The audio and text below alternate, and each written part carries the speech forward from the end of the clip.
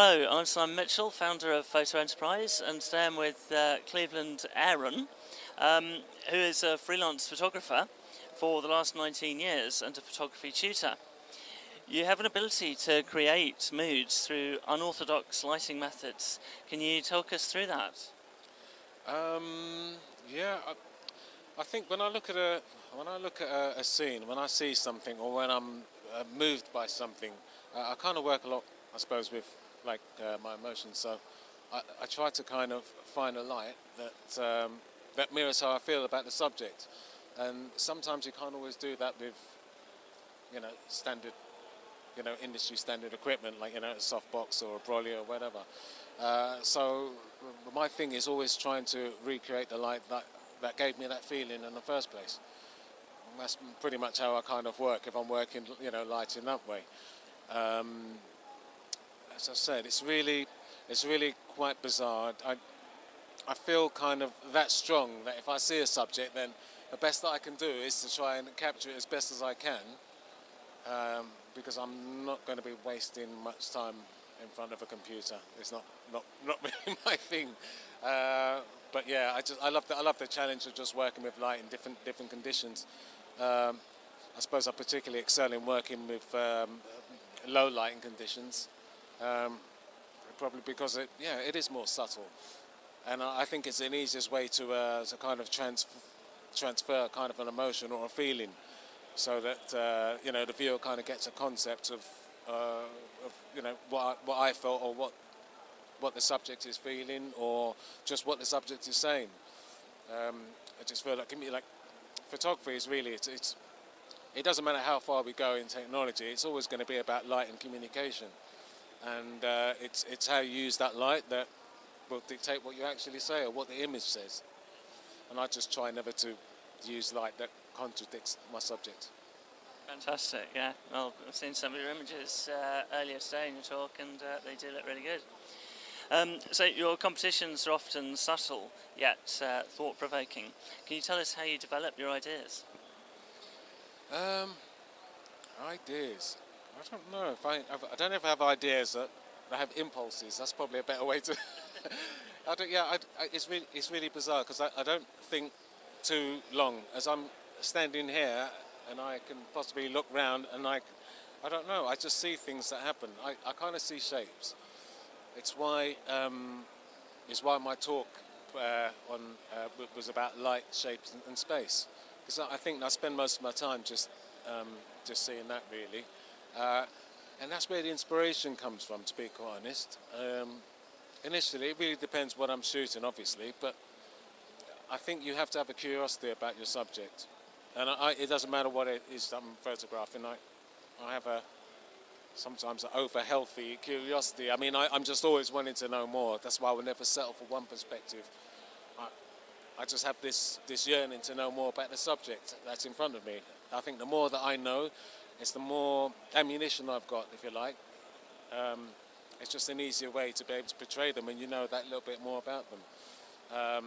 And sometimes, there's times I've worked with celebrities where, people look at the photos and think, oh, that's a great photo. God, that must have been really cool. What was he like? And I said, well, you know what? I didn't really know. I had like 10 minutes. And they're like, how did you get that in 10 minutes? But it's a really weird thing. I just like to, whatever I look at, I take in consideration my subject.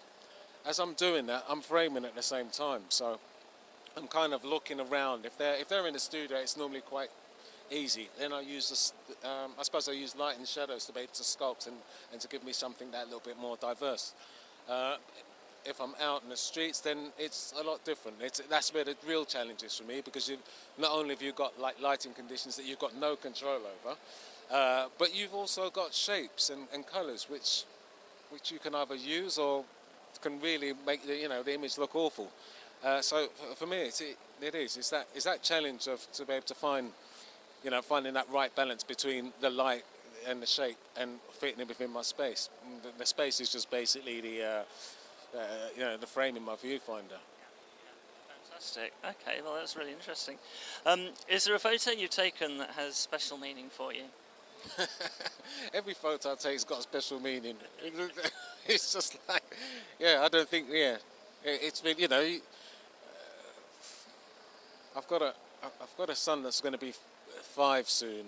I don't know how many pictures I've taken of him, how many gigs. I really couldn't say. It's not the thing because I don't take pictures maybe that way. I'm emotionally attached to everything I've taken. So to be able to say which one's special, I think it's just special to be able to realise a vision sometimes. To be able to just see something. It doesn't matter how spectacular it was or how, so I don't know, maybe mediocre or meaningless. Because for me, nothing's meaningless. Everything has a meaning. And if I've elected to take a picture of something, it's because of the fact that, yes, I'm emotionally attached to that, especially if I'm just out and about. It's different when when you're working, you've got a commission and you've got specifications. But even then, I'm attached to it. I have to be because I'm kind of, as I mentioned kind of earlier, you have to have a healthy sense of curiosity about your subject.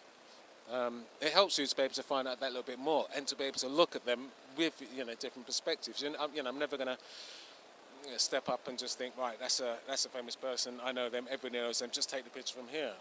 I'm probably going to be the kind of person that's going to try and get that shot that maybe nobody else has seen.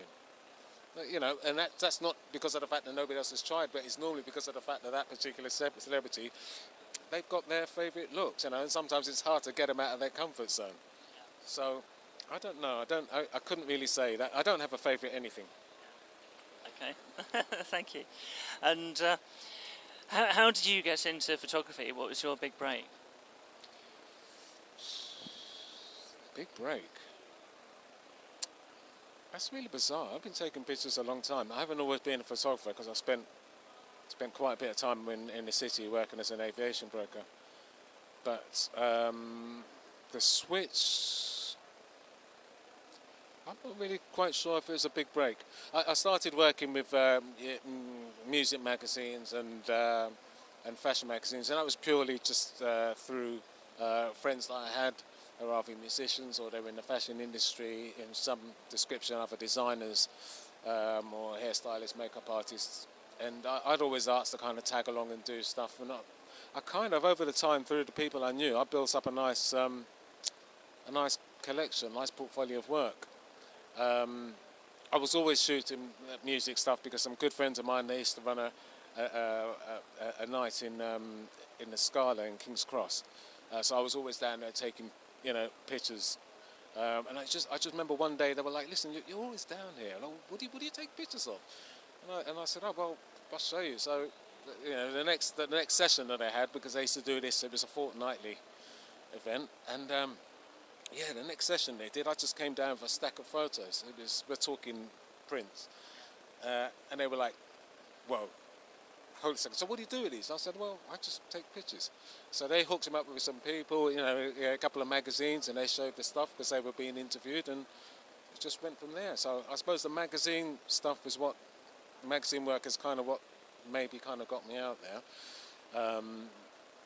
Which it's the industry has really changed in that respect because there's very few obviously magazines or periodicals that are in print these days. A lot of stuff's online. But I suppose having the head start, it was through that, doing a lot of that stuff, the music stuff, and maybe some extreme sports and that kind of thing, that I kind of got noticed by Olympus. They had an agency that was looking to find photographers that they could, I don't know if you like call it sponsorship really, to be able to use their equipment, but also reach a completely different audience. And I was working, I suppose a lot of my stuff was probably kind of like street level. I'm working with youth culture, that type of stuff. And I think that they thought that would have been a good idea to maybe attract new followers from grassroots really. So I was kind of taken aboard from then. But I've got to say, it took me quite a few years for me to be using one of their equipments that I really enjoyed. I was not into it. I had to be dragged kicking and screaming into the whole digital revolution. It wasn't really, I don't know, I just thought it was a bit of a gimmick, to be quite honest. I like the process of doing stuff, peeling back the paper, pulling out the roll, tucking it in, winding it on. I just loved. I'm a process person. I grind coffee beans in the morning. I think it was. I think it was pretty much that. But yeah, through there, I really can't say. It's one of those really weird things because I do talks at I suppose like universities and colleges and stuff, and I always get that question. They always say, well, how do you get your work? To give you an example, I've had 3 commissions this year that kind of came off one off the other. The first one, however, came off some work I did for somebody who recommended me to them. The last time I did work for this guy was like 8 years ago.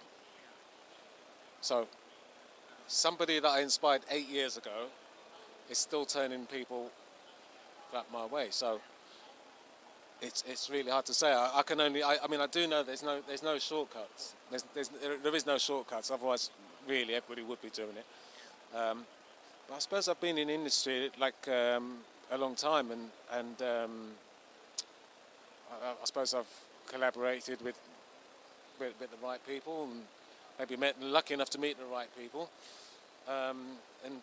So I think kind of doing that kind of gets you in with the agencies. I think working with the agencies, with creative agencies, definitely help because they kind of expose you to the various brands that they work for. I've worked for a few agencies over the years. I suppose through Shine PR, I've probably done like most because through Shine I kind of worked with Bacardi and Vodafone, quite a few brands. But through Microsoft Publishing as well, they're another agency that I do work for, and I've done all sorts of stuff. Worked with Nike for them. It's really kind of bizarre. A really good friend of my partner's. She is she's kind of like a tech designer for Nokia. So it's not. I wouldn't say that I kind of get to work through friends because I've known her. I don't know, like seven or 8 years. But this is the first time she's been at Nokia since I knew her. But a few weeks ago was the first time I shot kind of like mini campaign for them. So you just kind of go from strength to strength. Like everything you do, it's a kind of heads up to other people out there in the industry. But I do feel that sometimes that people they like to know that you've got a bit of a pedigree, and I think that. I think that maybe kind of looking back, people can see where I've kind of come from, and they can see the people I've kind of worked with, which has probably given me that little bit of prestige, I suppose. Yeah. Fantastic. Yeah, no, that's really good. And as a tutor of photography, what would you recommend to anyone wanting to be a photographer? Wow. Okay, now this one should be really easy. And I work with lots of students. I would say the majority of the students I work with, they have a particular style, and one of the things I always try to encourage is that they maintain that style.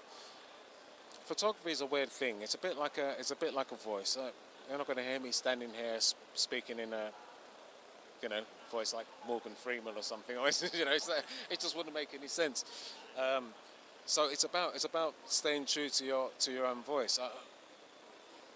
And as a tutor, that's all I try to do. I try to develop the individual's potential. I kind of see what their strong points are, and their strong points are normally the things that they're passionate about. And then the only weak side they may have is how they transfer that.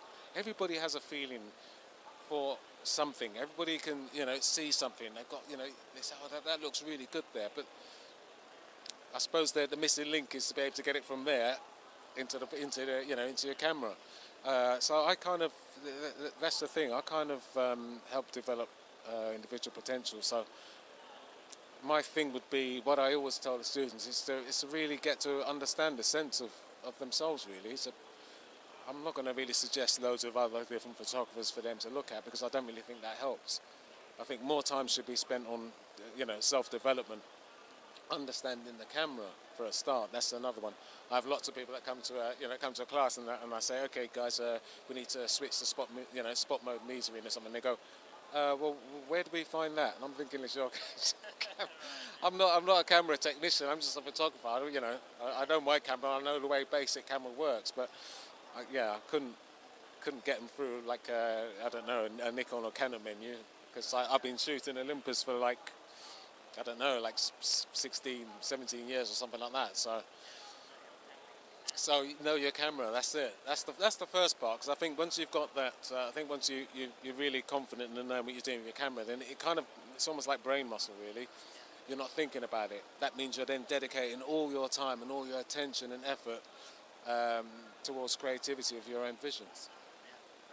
Yeah, absolutely great. So, what advice would you give to someone thinking about going freelance? Wow, make sure you've got a job on the side. No, I don't know.